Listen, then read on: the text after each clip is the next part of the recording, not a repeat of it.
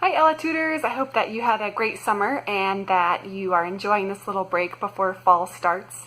A break like this is a great time to examine new resources and imagine how you might use them in your future classes.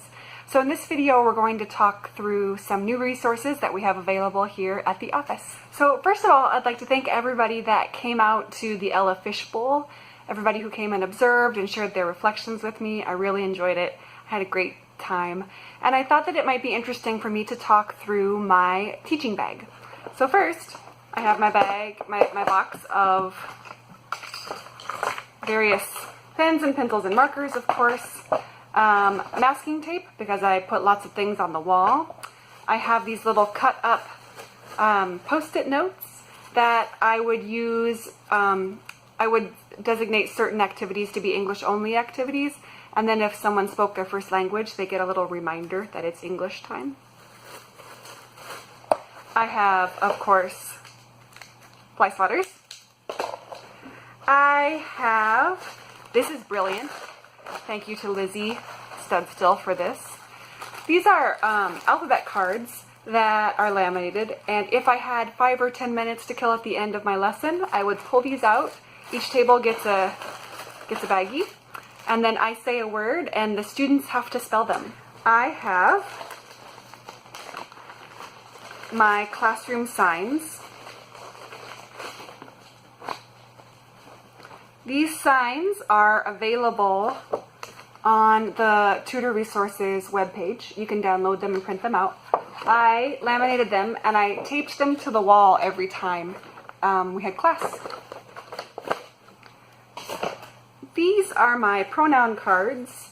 I use these whenever we are practicing verbs and punctuation. It's kind of fun to just flip through them. Makes it a little bit more like a game. I have all of my students' name cards, and I carried them with me because they were so helpful in me learning their names that I really didn't want to leave anything to chance and have the students take them home, because I wanted them because I knew that that I needed them every class. And finally, I have my class set of DIY whiteboards. At first, I was using actual little whiteboards, but they're so heavy and so hard to transport that I went for the DIY version, and these are so great.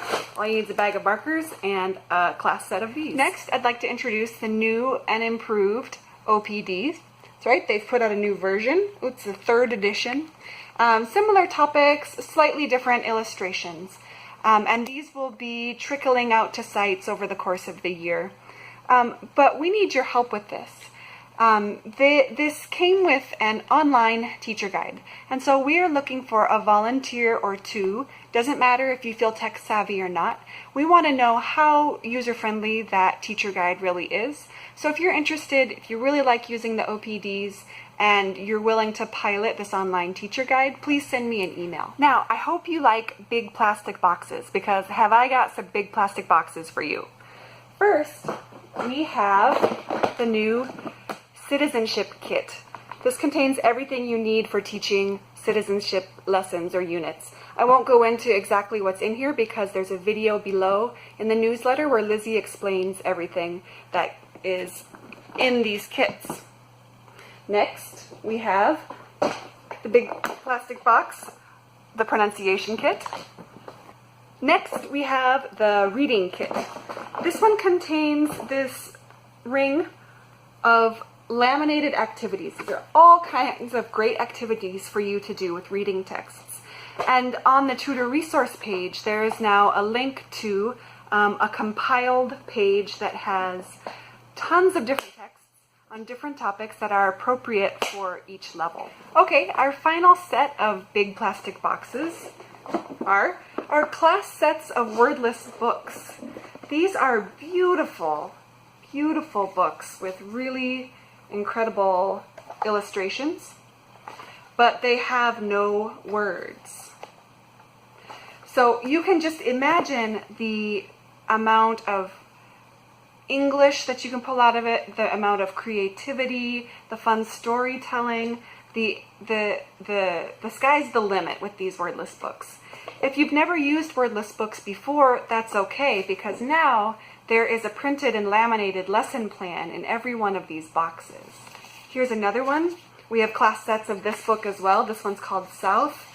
These beautiful illustrations, and just imagine the creativity that comes from freeing yourself from printed words. Here's a third example.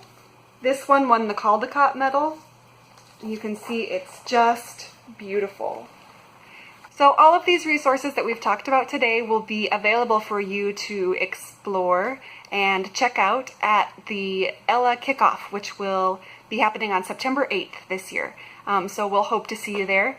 And I hope that you have a nice rest between now and September. Thanks again for everything that you do, and don't hesitate to pop into the office to say hi.